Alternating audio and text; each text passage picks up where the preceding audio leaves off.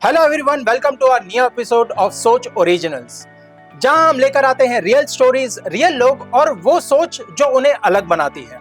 आज के गेस्ट वो है जिन्होंने मुंबई में 20 पैसे का सिक्का लेकर आए थे और आज एक काबिल मकाम तक पहुंचे हैं। इन्होंने ग्राउंड से शुरुआत की थी और आज मुंबई के रियल एस्टेट सर्किट में एक काबिल मकाम तक पहुंचे हैं। एक ऐसे एंटरप्रेन्योर जिन्होंने सिर्फ बिल्डिंग्स नहीं बनाई बल्कि ट्रस्ट बेस्ड लेगेसी खड़ी की है और 3 डेकेड के एक्सपीरियंस से ज्यादा के एक्सपीरियंस के बाद भी इनका जज्बा आज भी बिल्कुल पहले दिन जैसा है। आज हम बात कर रहे हैं mister Farid Zariwala, Noori group of companies के चेयरमैन, एक ऐसे विजनरी जिन्होंने मुंबई के स्काईलाइन को बदलते हुए अपना एक ब्रांड बनाया है। तो फरीद सर, सबसे पहले हम ये जानना चाहेंगे कि आप अपने आप को किस तरह इंट्रोड्यूस करते हैं जब कोई कैजुअली आपसे पूछता है कि आप क्या करते हो? देखिए, मैं तो इंट्रोड्यूस ऐसे ही करता हूँ कि मैं बड़ा आम सा इंसान हूँ। हाँ, काम करने के लिए मैं नूरी ग्रुप ऑफ कंपनीज का फाउंडर चेयरमैन हूँ और 1987 से बेस्ड हमारी कंपनी है, जिसको 37 ईयर्स हो गए। सर, हमने सोशल मीडिया पर यूजुअली देखा है कि आपके सोशल मीडिया पे यूजुअली मिक्स्ड वाइब आती है, जैसे थोड़ा लाइफस्टाइल, थोड़ा सोशल। तो आप सोशल मीडिया को कंसाइज तरीके से एक ब्रांड पर्सपेक्टिव से यूज करते हैं या फिर ये एक नेचुरल फ्लो होता है? ना, ये एक नेचुरल फ्लो है। वैसे तो सोशल मीडिया से मेरी ज़्यादा दोस्ती है नहीं, लेकिन जो कुछ भी थोड़ा बहुत आता है वो जस्ट एक नेचुरल फ्लो है। तो सर, अगर आप रियल एस्टेट में नहीं होते तो आप अपना करियर किस इंडस्ट्री में, किस फील्ड में इमेजिन करते हैं?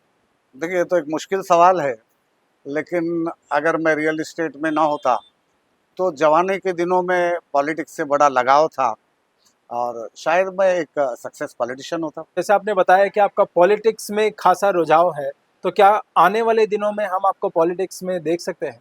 ना, देखिए, ऐसा है कि आपने पूछा कि अगर मैं रियल इस्टेट में ना होता तो मैं कहाँ होता। मैंने ये बात बताई। आज एज अ बिल्डर मेरे सभी पार्टियों के बड़े लीडरों से बड़े अच्छे ताल्लुकात हैं और अब पॉलिटिक्स में आने का मेरा कोई इरादा नहीं है।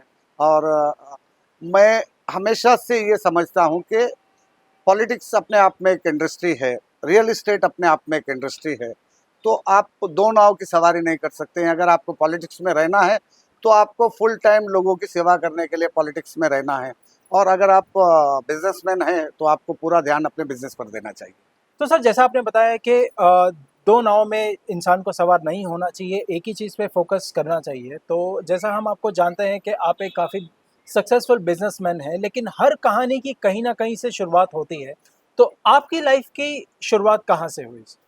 देखिए, 1986 में मैं बांद्रा से बॉम्बे जाया करता था एक हौजरी की दुकान में काम करने के लिए, जहां मेरा सैलरी था 300 रुपीज़ पर मंथ। ओके। और हम सुबह जल्दी 8:30 बजे निकल जाते थे और रात को 10 बजे, 10:30 बजे लौटते थे। एक रोज़ ऐसा हुआ अचानक कि हमारे साथ ट्रैवल करने वाले, हमारे साथ नहीं लेकिन साथ के पैसेंजर का कुछ दरवाजे से बाहर निकलने से खंभा लगने से कुछ एक्सीडेंट हुआ और वो पूरा मेरे ऊपर आए। उनको बचाने के लिए मैंने अंदर खींचा तो सारा ब्लड उनका जो है वो मेरे कपड़ों पे था। फिर उस रोज़ मैं काम पर नहीं जा सका। घर वापस लौट के आने के बाद हमारे फादर ने कहा कि नहीं, घर वालों ने मना किया कि नहीं, ट्रेन का सफ़र अब नहीं करना है। अब ट्रेन का सफ़र नहीं करना है, मन में बहुत कुछ करने की जोश था, जुनून था। That time I was only 16 year old.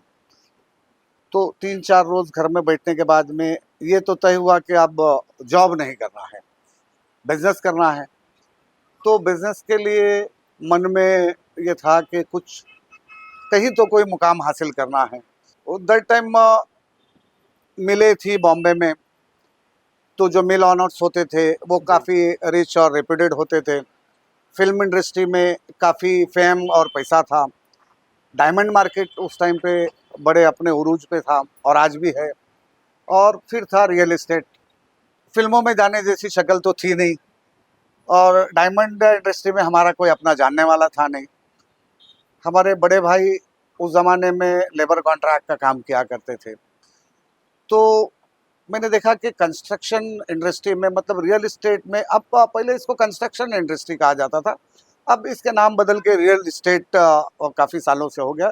तो काफ़ी सोच विचार के बाद ऐसा लगा कि हाँ, रियल इस्टेट एक ऐसी इंडस्ट्री है जिसमें इतना ग्रोथ है कि मैं जो चाहता हूँ वो इसमें हासिल कर सकता हूँ। तो इसलिए मैंने रियल इस्टेट को चुना और रियल एस्टेट की बड़ी इंटरेस्टिंग कहानी है कि रियल एस्टेट में मेरा फर्स्ट सैलरी था 8 रुपया per day, only 8 rupees per day. Okay. और हम भाई की साइड पे ही क्यूरिंग बॉय का काम करते थे। फिर कारपेंटर का काम भी सीखा, अपने हाथ से किया, फिटर का काम, मशीनरी का काम, जितने भी बिल्डिंग से लगे हुए काम हैं वो अपने हाथों से 6 महीने में हम बहुत जुनून था, बड़ा जज्बा था। सारे साल भर में तो मैं खुद लेबर कॉन्ट्रैक्टर हो गया और सेकंड ईयर में 1987 में मेरी अपनी कंपनी एस्टेब्लिश हो गई। और हमें काम करने के लिए बहुत अच्छे मौके मिले, बहुत अच्छे मौके मिले। हालांकि इस इंडस्ट्री में मैं जिस रोज़ मुझे पहला कॉन्ट्रैक्ट मिला उस रोज़ मेरे जेब में सिर्फ 20 पैसे थे और मैंने अपने इन्हीं हाथों से पाराई, जिसको सब्बल बोलते हैं, वो सब्बल लेके खड्डा खोदा है और वहाँ से मैंने अपने काम की शुरुआत की है। काफ़ी लोगों की दुआएं साथ रही और आज आप देख रहे हैं मैं जहाँ हूँ वहाँ हूँ। तो सर, जैसे आपने बताया कि आपके पास में 3 ऑप्शंस थे, फ़िल्म इंडस्ट्री था, डायमंड इंडस्ट्री थी और रियल एस्टेट था। तो रियल एस्टेट स्पेसिफ़िकली, जैसे आपने बताया कि फ़िल्मों में जाने जैसी शक्ल आपको लगता था कि नहीं है, वैसे हमें लगता है कि है सर। तो रियल एस्टेट जो है वो लास्ट ऑप्शन था, इसीलिए आपने वो ऑप्ट किया, या फिर एक तरह का आपका इंटरेस्ट या रुझान उसमें था डे नहीं, वन से? देखिए, मैं बिजनेस को कुछ इस तरह से देखता हूँ कि आप किसी भी इंडस्ट्री में जाएं, उसका ग्रोथ, उस इंडस्ट्री के बारे में मालूमात, क्या आप जिस मंजिल को तलाश कर रहे हैं वो उसका अचीवमेंट, आप जो अचीवमेंट चाहते हैं लाइफ में, क्या वो इंडस्ट्री दे सकती है। और आप जो जिस स्केल पे काम कर रहे हैं, तो आपको क्या ज़िंदगी में किसी दिन वो मुकाम आएगा जब आप ये मानोगे कि हाँ, जो मुझे चाहिए था, जो मैंने इस इंडस्ट्री से चाहा था, वो मुझे मिल गया। तो मैंने बताया कि डायमंड में हमारे कोई जानने वाले नहीं थे, फिल्मों जैसी शक्ल नहीं थी और हमारे बड़े भाई साहब जो है वो कंस्ट्रक्शन में लेबर कॉन्ट्रैक्टर थे। तो ये इंडस्ट्री मुझे बहुत पसंद आई और मैं इस इंडस्ट्री को बहुत मानता हूँ और बहुत इंजॉय करता हूँ। मुझे बड़ा मज़ा आता है इस इंडस्ट्री में। तो सर, कोई भी इंडस्ट्री और स्पेसिफिकली रियल एस्टेट जो है, इसमें काफ़ी अप्स एंड डाउन्स है, काफ़ी डिफ़िकल्ट इंडस्ट्री है। तो जैसे आप इस इंडस्ट्री में आए, तो आपके कुछ डाउन साइड्स हुए होंगे इस इंडस्ट्री में? कोई एक मुकाम पे जहाँ पर आपको लगा कि अरे शायद मैंने कोई गलत डिसीजन ले लिया इस स्पेसिफिक इंडस्ट्री या लाइन में आकर के, तो वहाँ आपको ऐसा लगा कि नहीं, मुझे स्विच करना चाहिए, या फिर आपने वहाँ पे स्टैंड लिया कि नहीं, यही मेरा रास्ता है और मुझे यहाँ से बाहर निकलना है और मैं अपना रास्ता खुद बनाऊंगा इसमें? देखिए, ज़िंदगी में लोग अप्स एंड डाउन से डरते हैं, लेकिन मैं एक बात बताना चाहता हूँ कि आप जब हॉस्पिटल में जाते हैं, आपका हार्ट मॉनिटर पे जाता है, तो लाइन आपकी अप डाउन कर रही है तो आप जिंदा हैं, और अगर लाइन फ्लैट हो गई तो इसका मतलब आप डेथ हैं।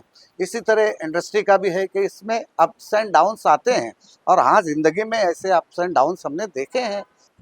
मैं आपको बताऊं कि न्यू बॉम्बे में सानपाड़ा में एक बिल्डिंग बना रहा था मैं। हमने न्यू बॉम्बे में काफ़ी बिल्डिंगें बनाई हैं। सानपाड़ा में एक बिल्डिंग बना रहे थे। हमारा एमएससीबी के कुछ सीनियर ऑफिसर से कुछ मामला ठीक से जम नहीं पाया, तो उन्होंने हमें 2 किलोमीटर से केबल लाइन लाके अपने बिल्डिंग को कनेक्शन करने का ऑर्डर पास कर दिया। वो 2 किलोमीटर से जो केबल का खर्च था, वो उस बिल्डिंग का जो टोटल प्रॉफिट का रेशो तो छोड़िए, जो हमारा कैपिटल लगा हुआ था, वो कैपिटल भी कहीं ना कहीं जो है वो कंज्यूम। हाँ, कंज्यूम हो रहा था। और वो एक वक्त ऐसा था ज़िंदगी का, वो एक वक्त ऐसा आया, लेकिन फिर भी हमने जो है सोचा नहीं, इसी में कमाए हैं, इसी में जाएगा और फिर इसी से कमाएंगे। तो मैंने अपना सारा जितना था सब कुछ उसमें झोंक दिया, उस बिल्डिंग को कंप्लीट किया, लोगों को ऑन टाइम पोजीशन दिया और उसके बाद कभी पलट के देखने की ज़रूरत नहीं पड़ी। तो सर, जैसे आपने बताया कि ये डिफ़िकल्टीज़ आपको आई, उसमें से आपने रास्ता निकाले, तो हर एंटरप्रेन्योर की लाइफ में एक ऐसा मोमेंट आता है जिसको वो गोल्डन पीरियड बोलते हैं, या फिर आप कहें कि मिडास टच, कि जिस किसी भी चीज़ को हाथ लगाया वो सोना बन गया। तो आपकी एंटरप्रेन्योर जर्नी में ऐसा कौन-सा वक़्त था, समय था, जब आपको लगा कि ये मेरा टाइम है, और वहाँ से सब कुछ बदलता चला गया? देखिए, जिस दिन ऐसा लगा नुकसान से उभरने की, जिस दिन ताकत आ गई, जिस दिन ऐसा लगा कि हाँ, ये जो लॉस है इसको कवर करके और अपॉर्चुनिटीज़ लेकर इसको प्रॉफिट में कन्वर्ट किया जा सकता है, उस दिन से रिस्क लेने की आदत हो गई, और जब भी रिस्क लिया तब कामयाबी मिली। लेकिन रिस्क हमेशा कैलकुलेटेड होना चाहिए, आपको उसके बारे में पूरी तरीके से पता होना चाहिए। ऐसे ही सर उठा के दीवार में मार देने का नाम रिस्क लेना नहीं है। आपके पास एक ब्लूप्रिंट होना चाहिए, कैलकुलेटिव पूरा ये होना चाहिए, आपका मैथमेटिक उतना शानदार होना चाहिए।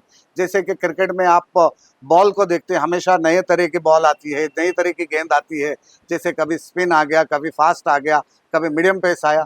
इसी तरह हर हर फील्ड में अलग अलग तरह के हालात आते हैं। उसमें एक बेहतरीन बैट्समैन जितना अच्छे से खेल लेता है, तो एक धोखा खाया हुआ कारोबारी या नुकसान किया हुआ कारोबारी या बिजनेसमैन जिसने नुकसान उठाया है, वो बहुत अच्छे से उसको प्ले कर लेता है, और उसके लिए वो हर दिन अपॉर्चुनिटी देती है। तो सर जैसे आपने रिस्क की बात की इसमें, तो definitely real estate as an industry को आप किसी भी एंगल से देखेंगे तो इसके साथ में हमेशा से एक रिस्क का एंगल रहा है।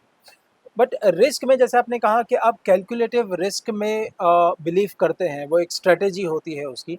तो आपका कौन सा ऐसा मोमेंट, कौन सा ऐसा प्रोजेक्ट था जहां पर आपको लगा कि ये रिस्की है बट इस रिस्क को लेना चाहिए और उस पर्टिकुलर रिस्क ने आपकी लाइफ को चेंज कर दिया? देखिए, ये बात तो बिल्कुल गलत है कि रियल एस्टेट इंडस्ट्री में नुकसान, लॉस का चांसेस होता है। रियल एस्टेट इंडस्ट्री में कभी नुकसान नहीं होता है, कभी नुकसान नहीं होता है। इससे जुड़ा हुआ हर आदमी सिर्फ और सिर्फ फायदे में होता है। अब ये है कि इसमें आपको किस तरह से आपकी नॉलेज है, आपने किस तरह की स्टडी की है, आपका होमवर्क कैसा है, कि आप रेशो देख रहे हैं अपने इन्वेस्टमेंट का, आप अपने कैपिटल को कितने टाइम के लिए जो है सर्वाइव करने के लिए छोड़ रहे हैं। जैसे मैं आपको एक मिसाल दूंगा सर, कि ये 2 प्लॉट्स हैं, आपने अपने प्लॉट में काम शुरू किया, मैंने अपने प्लॉट पे खेती करना शुरू किया। आप खेती कर रहे हैं, मैं भी खेती कर रहा हूँ। आप 8 घंटे मेहनत कर रहे हैं, मैं 10 घंटे मेहनत कर रहा हूँ, और साल भर के बाद में जो है वो आपकी खेती में बबूल के कांटे उग जाते हैं, और आप कंप्लेंट करते हैं कि मेरे नसीब ख़राब हैं, या मेरे रिश्तेदार जो हैं वो ये हैं, मुझसे कुछ सक्सेस नहीं होता। और आप देखेंगे कि मेरे प्लॉट से जो है वो मैंगो ट्री आ रहे हैं। तो गलती क्या है? कहाँ गलत किया आपने? आपने बीज डालने के टाइम पर ही आपसे गलती हो गई कि मैंने मैंगो ट्री के बीज डाले। मुझे पता था ये 1.5 साल में फलदार पेड़ बनेगा, ये हर एक झाड़ में इतने फल आएंगे, और मैं इन फलों को जो है वो इतने टाइम में मैं कट करके मार्केट में लेकर आऊँगा। जबकि आपने सिर्फ मुझे देखा कि चूँकि मैं अपने खेत में काम कर रहा हूँ, आपने बिना होमवर्क के, बिना सोचे समझे काम शुरू कर दिया। तो इसमें इसमें होमवर्क की बहुत ज़रूरत होती है। और जो आम के पेड़ भी कभी-कभी लोग लगा देते हैं, कभी-कभी आदमी इन्वेस्टमेंट बहुत अच्छा करता है, लेकिन उसको उसके पीक का पता नहीं होता है।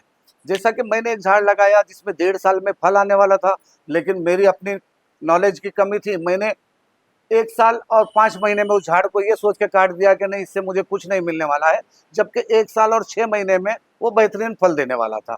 तो ये पूरी स्टडी जब तक आप करके, पूरा होमवर्क करके जब तक आप नहीं काम करोगे, तो आपको ऐसा लगेगा कि इस इंडस्ट्री में रिस्क ज़्यादा है। मैं तो ये कहूँगा कि इस इंडस्ट्री से अच्छी दुनिया में दूसरी कोई इंडस्ट्री नहीं है।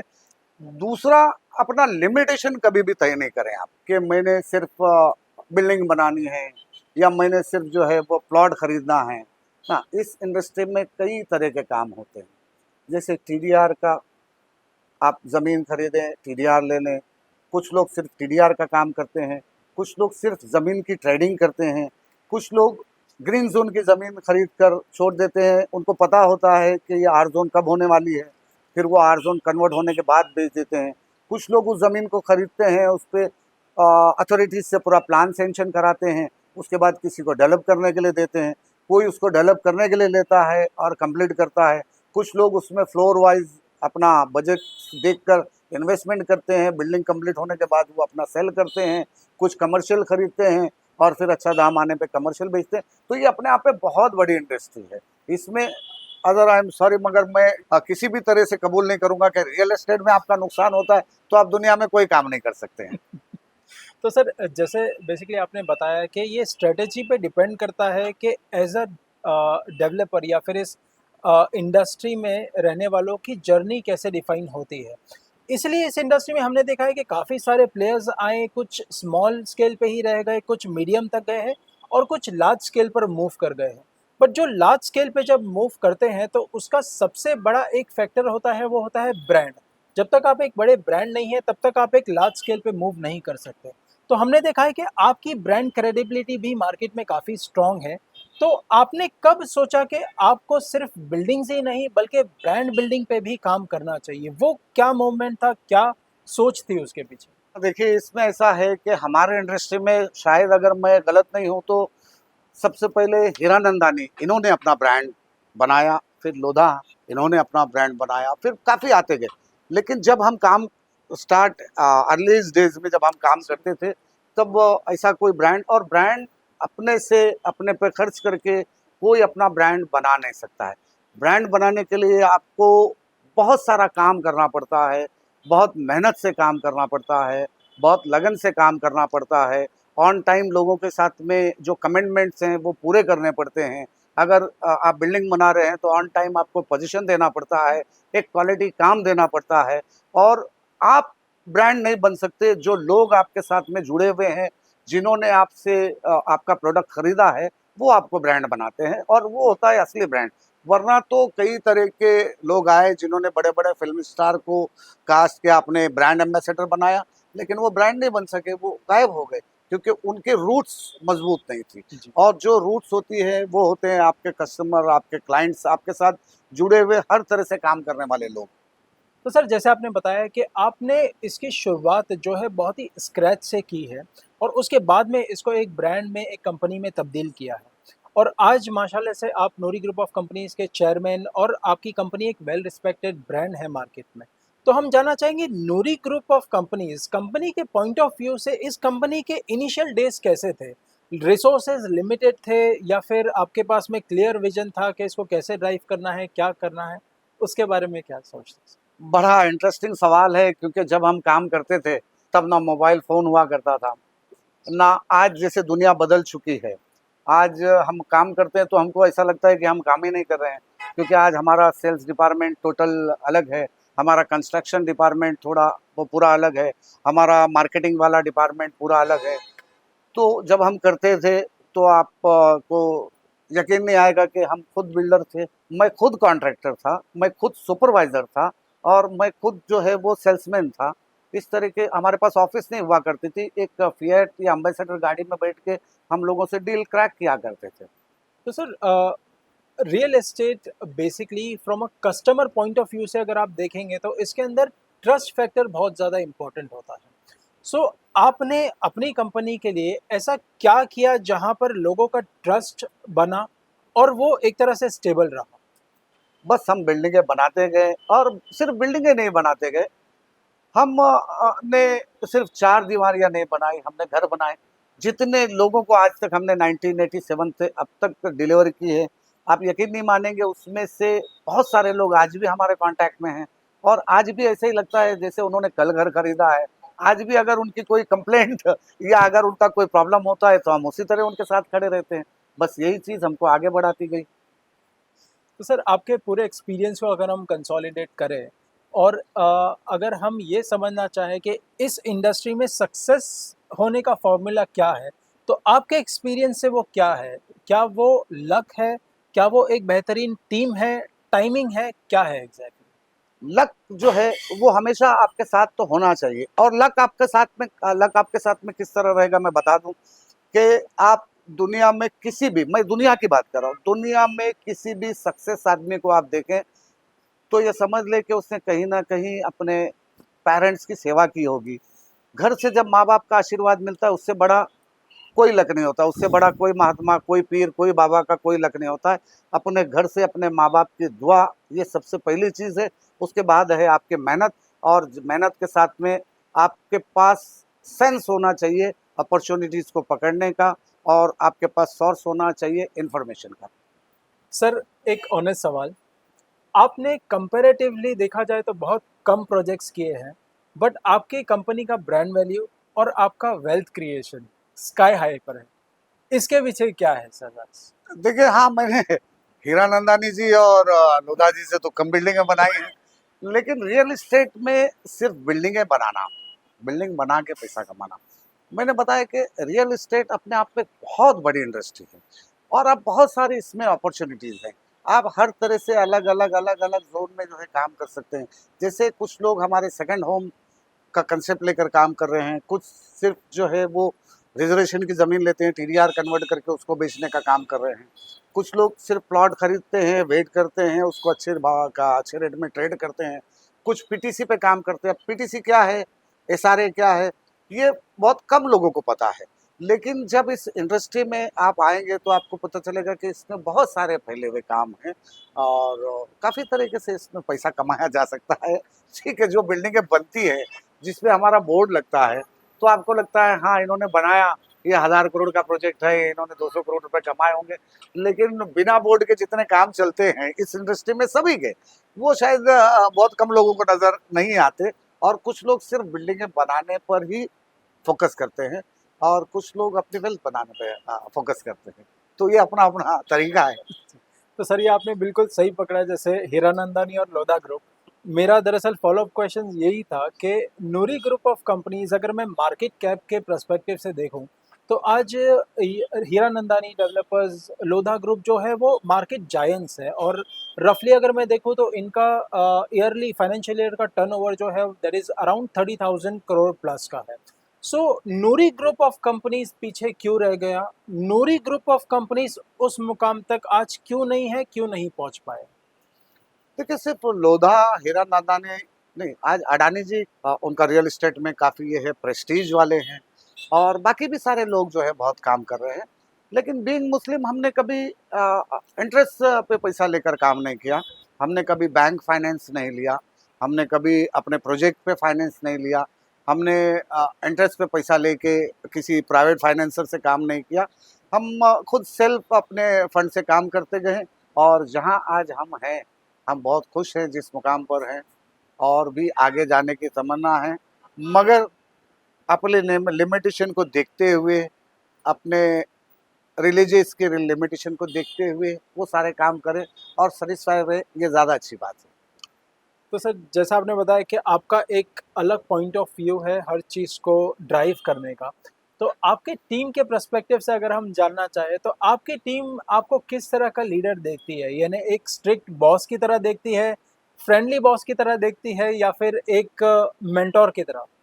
अब ये तो मुझसे अच्छा वही लोग बता सकते हैं, लेकिन मैंने हमेशा अपने जितने भी मेरा स्टाफ, मेरा परिवार है, बरसों से 20-20 साल से मेरे साथ में लोग काम कर रहे हैं, मेरे पास काम कर रहे हैं ऐसा नहीं बोलूँगा, हम साथ काम कर रहे हैं और मैंने कभी किसी को बड़ा और छोटा ऐसा नहीं समझा। जो मेरे साथ हैं, बड़ी अच्छी टीम मेरे साथ काम कर रही है और उस टीम की वजह से ही आज मैं जहाँ हूँ वहाँ हूँ। और सर आपकी day to day life routine में आपके हिसाब से ऐसी कौन सी एक चीज़ है जो आपको सक्सेसफुल बनाती है? एक कोई ऐसी हैबिट जो आपको लगता है कि आपके सक्सेस में कंट्रीब्यूट करती है?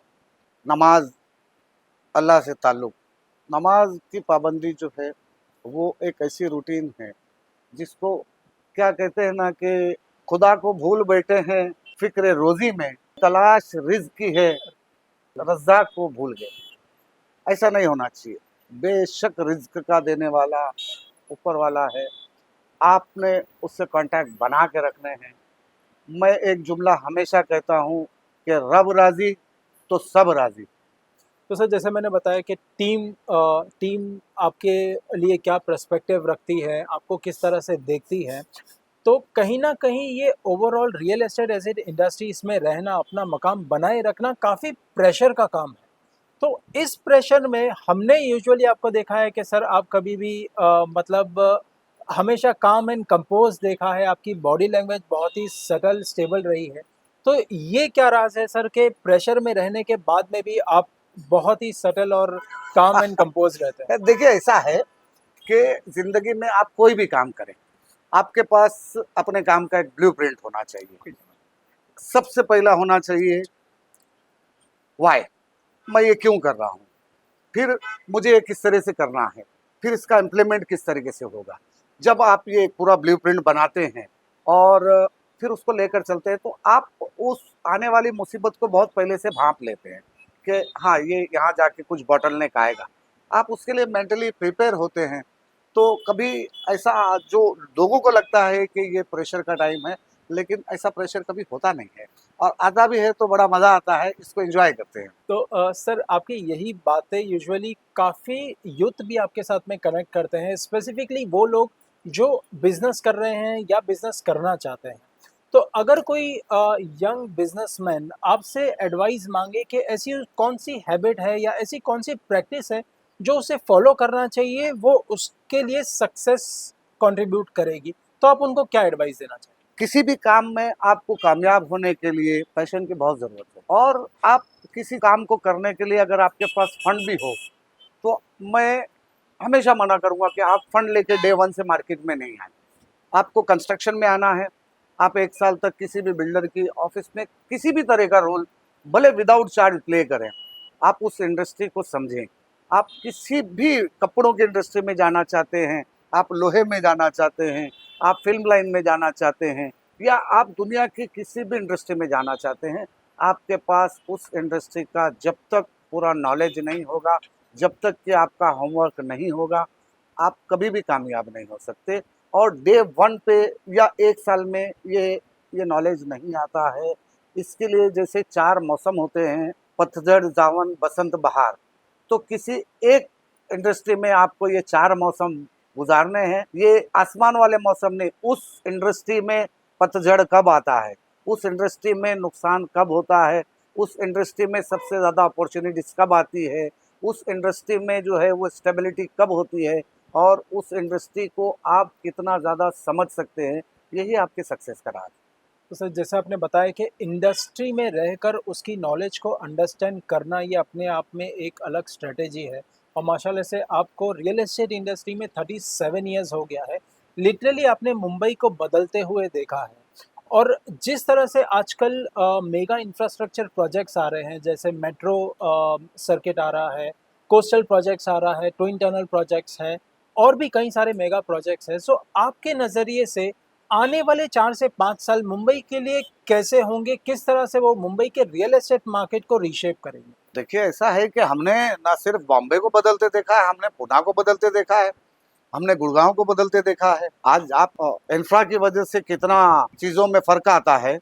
देखिए, कभी भी कंस्ट्रक्शन कॉस्ट, आप कहीं बिल्डिंग बना लें, आप पूना बना लें, आप करजत बना लें, आप नरीमन पॉइंट बना लें, कंस्ट्रक्शन कॉस्ट में बहुत ज़्यादा फ़र्क नहीं होता है। सारा फ़र्क होता है ज़मीन की वैल्यू का। तो सर आपके नज़रिए से आज का बायर का पर्सपेक्टिव कैसा है? क्या लोग आज इस मुंबई में जो मेगा इंफ्रास्ट्रक्चर डेवलपमेंट्स हो रहे हैं, उसी को लेकर के वो लोग अपने इन्वेस्टमेंट खरीदते हैं या परचेज़ करते हैं, या फिर आज भी वही लोकेशन को प्रायोरिटी दी जाती है? अनफॉर्चुनेटली आज भी बायर्स ब्रांड और लोकेशन को ज़्यादा प्रेफरेंस देते हैं, लेकिन गवर्नमेंट ने जिस तरह से इंफ्रा का जाल बिछाना शुरू किया है, जैसे आप कोस्टल रोड देख लें, ये कोस्टल रोड बॉम्बे से वर्सोवा तक जा रहा है, जो कई जगहों को, जैसे अभी आपको कहा जाए कि बोरीवली, मीरा रोड, भयंदर इस साइड में वर्सोवा तक के, तो आपको लगेगा बॉम्बे से 3 घंटे का ये सफ़र है। ऐसे ही आप देखेंगे बॉम्बे टू पनवेल पहले 2.5 घंटे का सफ़र हुआ करता था, लेकिन अब अटल सेतु में 25 मिनट का हो गया है। आप डोंबिवली जाने के लिए बॉम्बे से निकले, थाना एरोली रोड जो है, जो जिससे मुंब्रा, कल्याण फाटा, शिलफाटा, इसको काफ़ी बड़ा यहाँ जो है वो एक डेवलपमेंट देखने के लिए मिलेगा। ये बहुत अच्छा है इन्वेस्टमेंट के लिए, क्योंकि आपको ये पता होना चाहिए कि इंफ्रास्ट्रक्चर, जैसे आप किसी बिल्डर के पास में बुकिंग करते हैं, तो वो आपको एक टाइम देता है कि ये प्रोजेक्ट 3 साल में या 5 साल में आपको पोजीशन मिल जाएगा। उसी के साथ में आपके पास कैलकुलेशन होना चाहिए कि 3 साल में गवर्नमेंट का इंफ्रा कहाँ तक पहुँचेगा, या 5 साल में गवर्नमेंट का इंफ्रा कहाँ तक पहुँचेगा। जैसे मुझसे आज पूछा जाएगा, तो मैं आपको बताऊंगा कि 1 साल के अंदर जो है वो एरोली कटाई नाका रोड जो है वो शुरू होने वाला है। उसका एक पार्ट, जिसके बीच में आने वाला जितना पट्टा है, वो उसमें बहुत ज़्यादा उछाल आएगा। मिसिंग रोड जिसको बोलते हैं, लोनावला का रोड, ये अगले 6-8 महीने में ओपन होने वाला है, जिससे पूना और पनवेल एक ऐसा सेंटर बनेगा जो बॉम्बे से और पूना से, और अभी नया एयरपोर्ट भी शुरू हो चुका है, आने वाले टाइम में और बढ़ते जाएगा। पनवेल एक ऐसा हब बनेगा। आपको ये ध्यान रखना है कि पनवेल और ऐसे ही कितने ही जगहों पे जो इंफ्रास्ट्रक्चर का काम चालू है, आपका इन्वेस्टमेंट इंफ्रास्ट्रक्चर के ऊपर होना चाहिए, ना कि ब्रांड और लोकेशन के ऊपर। तो सर आपने अपने 37 इयर्स की जर्नी में मुंबई को कई फेजेस से गुजरते हुए देखा है और आपने अभी बताया है कि कुछ प्रोजेक्ट्स कुछ स्पेसिफिक पॉकेट्स को बहुत ज़्यादा बूस्ट करेंगे इन टर्म्स ऑफ उनके मार्केट वैल्यू में। तो आपके नज़रिए से अगर हम देखें तो मुंबई का अगला बीकेसी का मूवमेंट कौन सा होगा? मैं जहाँ तक समझता हूँ, मुझे जो लगता है वो मुझे ऐसा लगता है कि पनवेल ये आने वाले टाइम में बहुत बूम करेगा। कटाई नाका वाला जो रोड है, ये रोड पे आने वाले तमाम ममरा तो नहीं, कौसा, शील, डोंबिवली, कल्याण, ये आने वाले टाइम में काफ़ी बूम करेगा। ऐसे कोस्टल रोड के आ जाने से वर्सोवा, वर्सोवा से पहले जितने भी ये जहाँ जहाँ कोस्टल रोड का एग्जिट होगा, वो सारे इलाके बहुत ज़्यादा बूम करने वाले हैं। और सर ये जो इलाके जहाँ पर बूम होने वाला है तो इसमें आपके हिसाब से कौन से स्पेसिफिक सेगमेंट में सबसे ज़्यादा एप्रिसिएशन देखने को मिल सकता है? देखिए, हमेशा मार्केट के डिमांड के हिसाब से लोग बिल्डिंगें बनाते हैं। एक हॉल होता था, एक किचन होता था, 310 स्क्वायर फीट का होता था, हमने बहुत बनाया।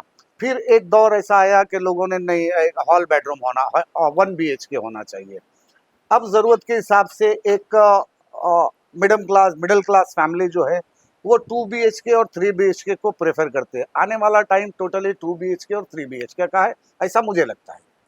तो सर ये माशाल्लाह काफ़ी ज़्यादा नॉलेजेबल इनसाइट्स हैं और जैसे मैंने कहा कि काफ़ी सारे लोग इस रीज़न की वजह से आपसे कनेक्ट करते हैं। तो अगर अब एडवाइस देना चाहें जैसे उन लोगों को जो आपसे कनेक्ट करना चाहते हैं, स्पेसिफिकली वो लोग जो बिज़नेस करना चाहते हैं, तो आप उनको क्या एडवाइस देंगे? मैं जो लोग बिज़नेस शुरू करना चाहते हैं, उनको मैं कहूँगा कि डे 1 से पैसा लेके मार्केट में मत आइए। आप अपने जीवन का 3 महीना, 6 महीना जिस इंडस्ट्री में आप जाना चाहते हैं, उसमें अच्छे से बिताइए, उसके अप एंड डाउन्स को समझिए।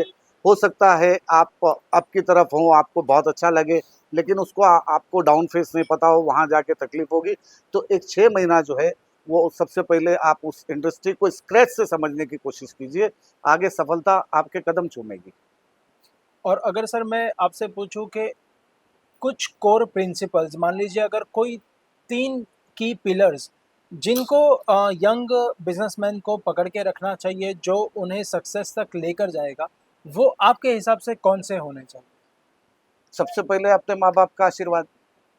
माँ-बाप के आशीर्वाद के बगैर अगर कोई सक्सेस होता है, तो होता है, ऊपर वाले की कृपा हो तो ऐसे भी सक्सेस होते हैं, लेकिन ज़्यादा वो लोग सक्सेस होते हैं जिन्होंने अपने माँ-बाप का आशीर्वाद लिया होगा।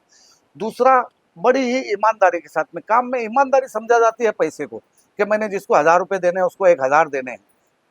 पैसे के लेन-देन को ईमानदारी नहीं।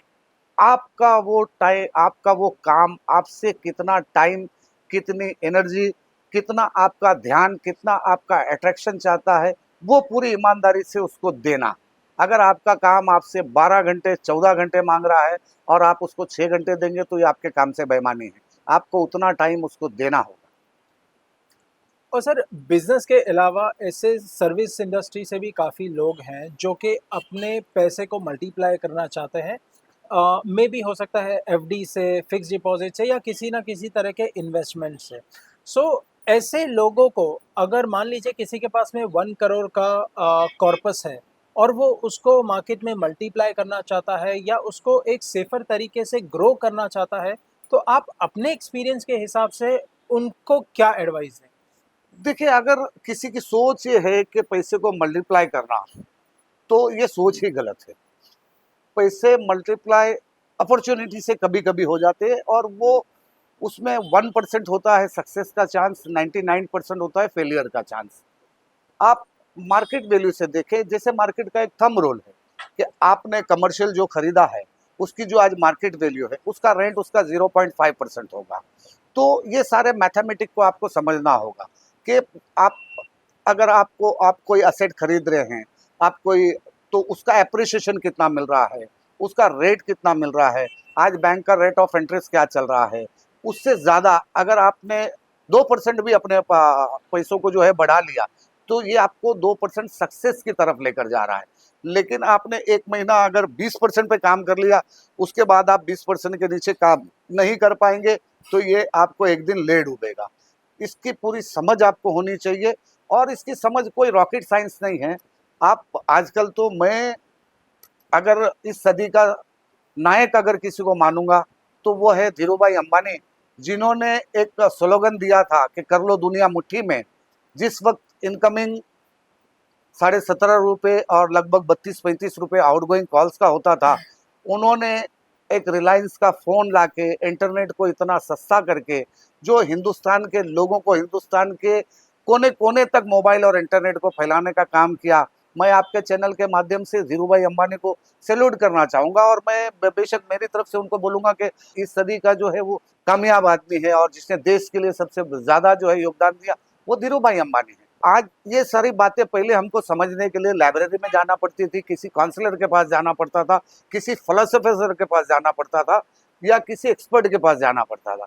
लेकिन आज आपके पास इंटरनेट है, आपके पास मोबाइल है, आपके पास लैपटॉप है, आप अपने सारी चीज़ों का कैलकुलेशन, और मार्केट में क्या चल रहा है, आज रिटर्न कितना % चल रहा है और ये कितने महीने तक चलेगा, ये सारी चीज़ों को आने वाले टाइम में क्या होने वाला है, वो हमारे से भी बड़े बड़े एक्सपर्ट्स आपको जो है वो आकर बताएंगे। उन सबको समझने के बाद भी आपको अपना जहन लगाना है, लेकिन जब आप इतना सारा होमवर्क करेंगे, तो आपका जहन उस तरफ काम करना शुरू कर देगा कि पैसे मल्टीप्लाई नहीं होते हैं, पैसे बढ़ते ज़रूर हैं, और बढ़ते बढ़ते बढ़ते हैं, और बहुत बढ़ते हैं, मगर मल्टीप्लाई ऐसा तो मैं 1000 करोड़ रुपए डाल दूं और मल्टीप्लाई करके उसको जो है 1 लाख में कन्वर्ट कर लूं, लेकिन ऐसा होता नहीं है। नौजवानों की ये सोच को थोड़ा सा चेंज करना होगा कि मार्केट 1% का चल रहा है, और अगर मैं 1.5% जो है वो रेवेन्यू जनरेट कर रहा हूं, तो मतलब मैं सक्सेस हूं।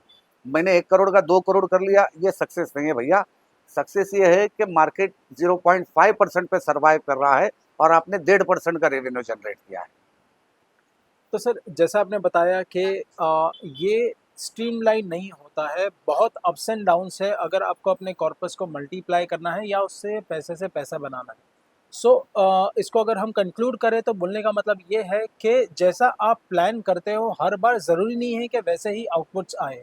बट कई बार जो नौजवान होते हैं जो बिज़नेस में अर्ली एंट्री लेते हैं, उनको ये अप्स एंड डाउन्स वो एट टाइम्स झेल नहीं पाते हैं।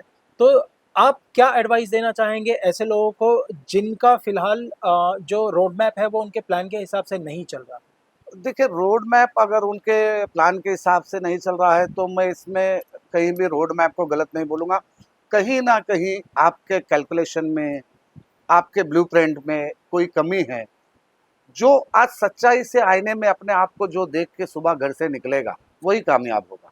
आप कुछ नहीं हैं, लेकिन आप सोचेंगे कि मैं बहुत कुछ हूँ, आप कामयाब नहीं हो सकते हैं।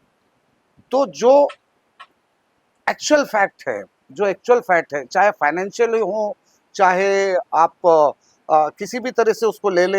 एक आपने स्टार्टअप तैयार किया है, तो उसकी ग्रोथ तक के आपको उसका वेट करना है। ये ईयरली होता है, इसको आप क्वार्टरली कभी भी कैलकुलेट नहीं कर पाएंगे। आप क्वार्टरली कैलकुलेट करेंगे तो आपको वो समझ नहीं आएगा। जैसे एक फिजिबिलिटी रिपोर्ट हमारे पास आती है, उस फिजिबिलिटी रिपोर्ट में कहाँ कहाँ क्या क्या गैप्स हैं, और इसको कैसे फिलअप करके हम इसको बहुत ज़्यादा जो है इसका कैलकुलेशन बढ़ा सकते हैं। तो यही कहूँगा कि अपना होमवर्क अच्छा करो और अपना ब्लूप्रिंट फिर से बनाओ। तो सर आपने काफ़ी ऐसे ब्लूप्रिंट्स बनाए हैं, उनको एग्ज़ीक्यूट किया है और आज माशाल्लाह से इस मकाम पे पहुँचे हैं। तो आज की तारीख में आपके लिए सक्सेस के मायने क्या है? क्या वो पैसा है, पीस है, क्या है? पैसे से पीस है, पैसा हर किसी को चाहिए। और मैं एक बात बताना चाहूँगा कि जिसके पास आने वाले कल का, टुमारो का प्लान आज रात को सोने से पहले तैयार है, वो सक्सेस है। और जो सुबह उठ के सोचता है कि मुझे कहाँ जाना है, उसे कहीं जॉब या कोई अच्छा अपना दुकान वगैरह खोल के सेटल हो जाना चाहिए। क्योंकि एक बिजनेसमैन के लिए सबसे पहले ज़रूरी होता है उसका डे प्लान, जो एक दिन पहले रात को सोते वक्त ही उसको पता होता है कि आने वाले कल में मुझे क्या क्या और कहाँ कहाँ जाना है और क्या क्या करना है। मेरे दोस्त कौन होंगे, मुझे किसके साथ जाना होगा, मुझे किसके साथ किससे डिस्टेंस रखना होगा, ये बहुत बारीक चीज़ें हैं, लेकिन सारे सक्सेस की इसमें है। आपने पूछा कि सक्सेस क्या है? ऑफ कोर्स सक्सेस पीस में है। पीस जहाँ है, वही सक्सेस है। तो सर जैसे आज आपके लिए सक्सेस का मायने पीस है, तो ऑब्वियसली इसमें काफ़ी सारी चीज़ें कंट्रीब्यूट करती है।